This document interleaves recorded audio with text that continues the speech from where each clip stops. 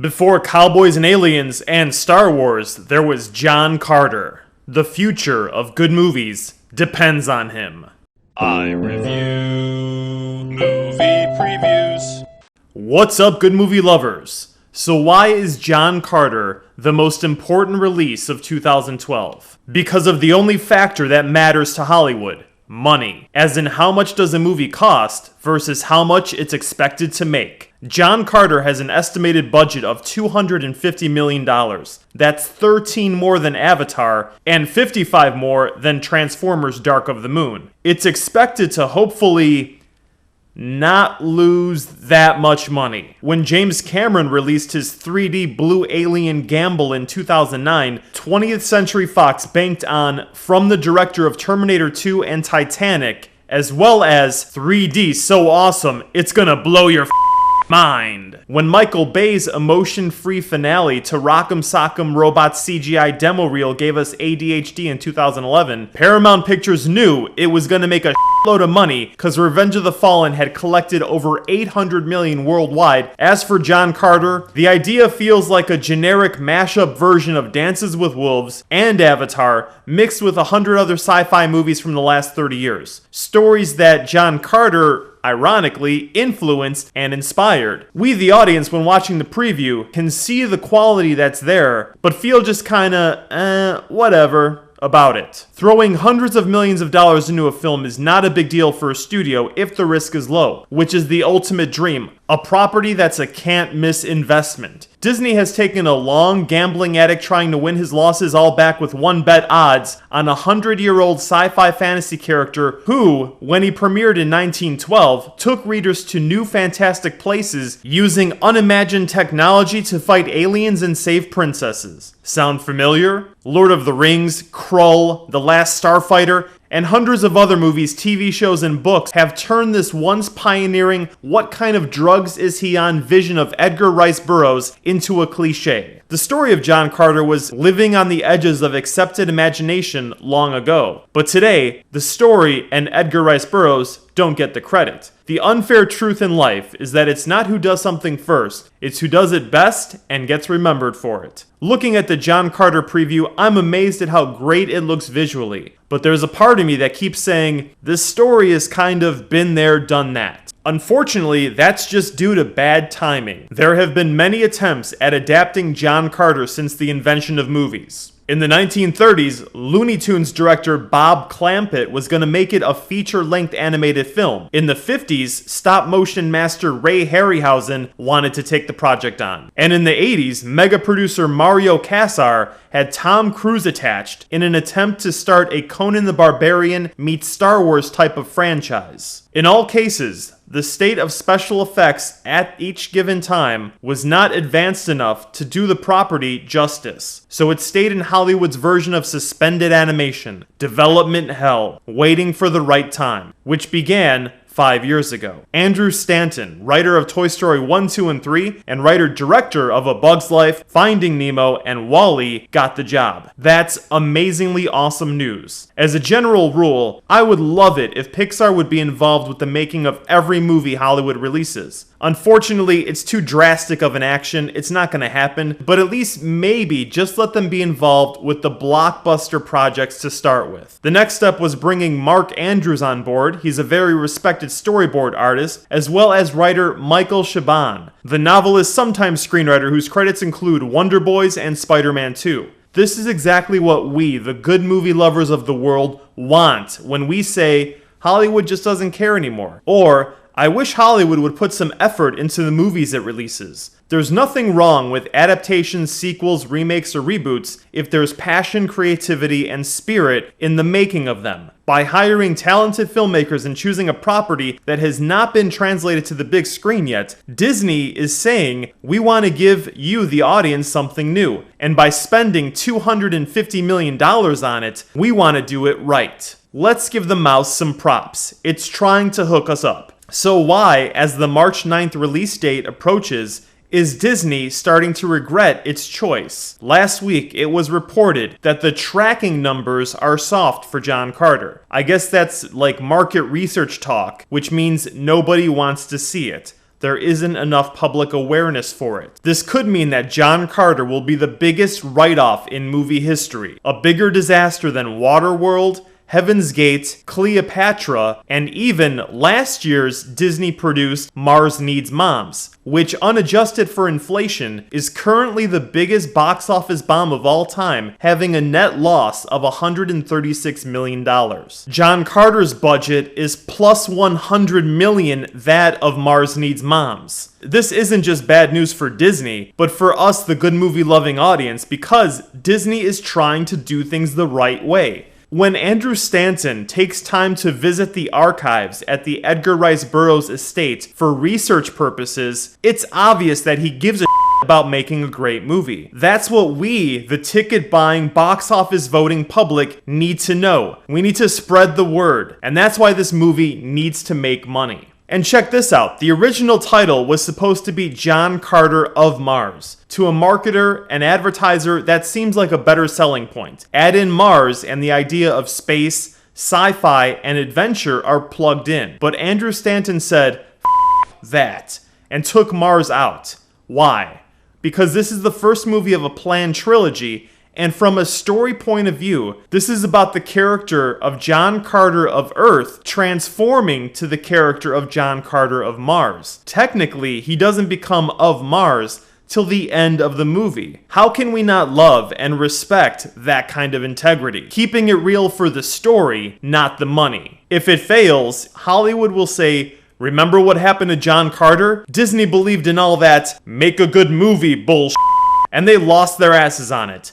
Doing what's right for the story, character, audience, and movies, do what's right for the box office instead. Now it falls to us, the John Carters of the movie-going world, to step up and let our box office dollars speak for us. We must vote yes to the intent and creative truth behind John Carter. The advertising is definitely not helping the cause. Disney just doesn't know how to market this. The previews come off as just so generic and dumbed down. To start with, how about mentioning from Andrew Stanton, director of Finding Nemo and WALL-E? Those movies made tons of money, everybody saw them, and audiences remember the quality. That's going to give John Carter instant credibility. Next, throw in, based on the visionary works of Edgar Rice Burroughs. Yeah, you probably don't know who that is, but don't worry about it. Just know that he thought of all this space before George Lucas and James Cameron. Then to make it clear, add in, yeah, it kinda looks like a lot of other movies, but this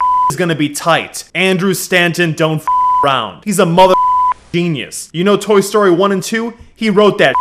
You remember everyone naming their kids Nemo because they went bananas for Finding Nemo? He wrote and directed that. Remember WALL-E? Yeah, this mother did that too. This is the man. He don't make can't make because he's a master of the craft of cinema. Respect it and check it. March 9th. It's being sold in such a fear-based, generic way that we, the audience, have no response other than to think of it as a been-there-done-that-before wannabe, instead of the ultimate realization, one of the first great dreams in modern sci-fi fantasy fiction. The general story we get from the previews is that of a Civil War Confederate captain who gets transported to Mars and has to lead a revolution. There's awesome CGI, aliens of different shapes, sizes, and personality, and of course a hottie queen princess, who, towards the end of the preview, says, "Our world is dying. Fate has brought you here, John Carter. You may be the only one that can save us." Notice that John Carter is basically John Connor, who is essentially Jesus Christ, JC, the savior of a troubled world. Back in 1912, it was clever and actually kind of risky to name a character that and to imply those types of meanings. Today, it's obvious and tired. As the preview ends, a mysterious voice says, "When I saw you, I believed it was a sign that something new can come into this world." Isn't that what we want to say as an audience after watching a great movie? Isn't this what we need now? A film that could make us believe that the barren, creatively risk-averse wasteland that has become mainstream movie making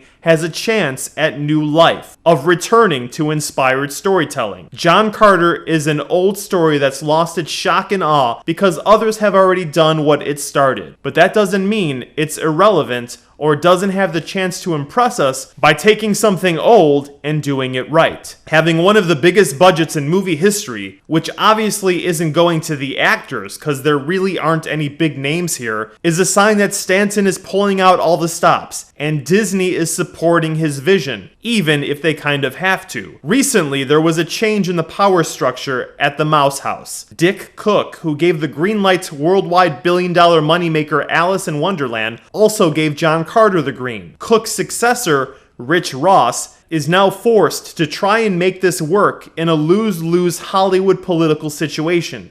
If Carter is a hit, Cook gets the credit for backing it. If it's a flop, Ross takes the heat for messing it up. It sure ain't easy being a movie boss. But it is easy to see that Andrew Stanton gives a and is trying to make a great movie. Like fellow Pixar director Brad Bird, who made a successful "wow, this sequel is actually good" live-action debut with Mission Impossible Ghost Protocol, Stanton graduates into real-world filmmaking with John Carter. Like Brad Bird, he's more than just a filmmaker. He's a storyteller, and he cares. That's reason enough to support this, so that at least Stanton gets a chance at another movie. We need people like him in Hollywood, much like the Martians need John Carter, to keep hope alive. The movie preview critic rates John Carter worthy of big screen viewing. See it in 3D at matinee price. Because it's been mined for story ideas over the years, we've seen its genre money shots already, so it's a little too familiar to be worth regular price. But it is gonna look amazing, and should be a nice old-fashioned space pirate style adventure that needs to be seen to be appreciated on the big screen. There are sci-fi, fantasy, and director factors that make us want to see it. It'll stimulate imagination, is intended to be a trilogy, and Stanton has sort of stumbled into having carte blanche on this project. Considering the big picture, this is a sign of movie hope. These are the kind of projects made by the kind of people the movie world needs more of, especially since its story consciousness level is progressive. While the structure of the story is static, the execution and realization of it all really pushes boundaries and helps to evolve cinema. Stanton wants this to be memorable, and he's poured himself totally into it.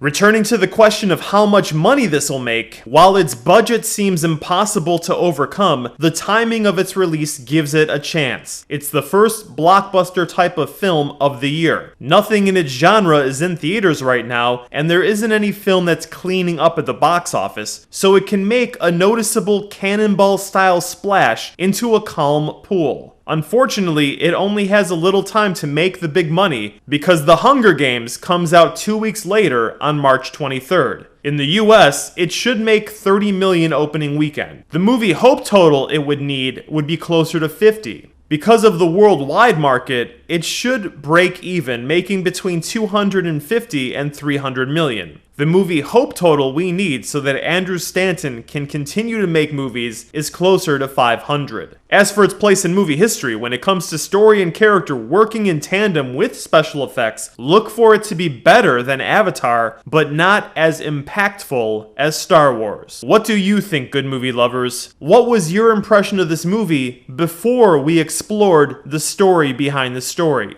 Is it just a case of bad marketing, or is it a tired idea that no matter how fancily it's dressed, is the same old Are you planning to see it or not? Share your thoughts in the comments section. Until next time, consider yourselves advised for John Carter, which hits theaters March 9th. Remember, H. Wood, aka StoryCorp, gives us more of what we pay for, so choose your movies wisely. And as always, long live good movies.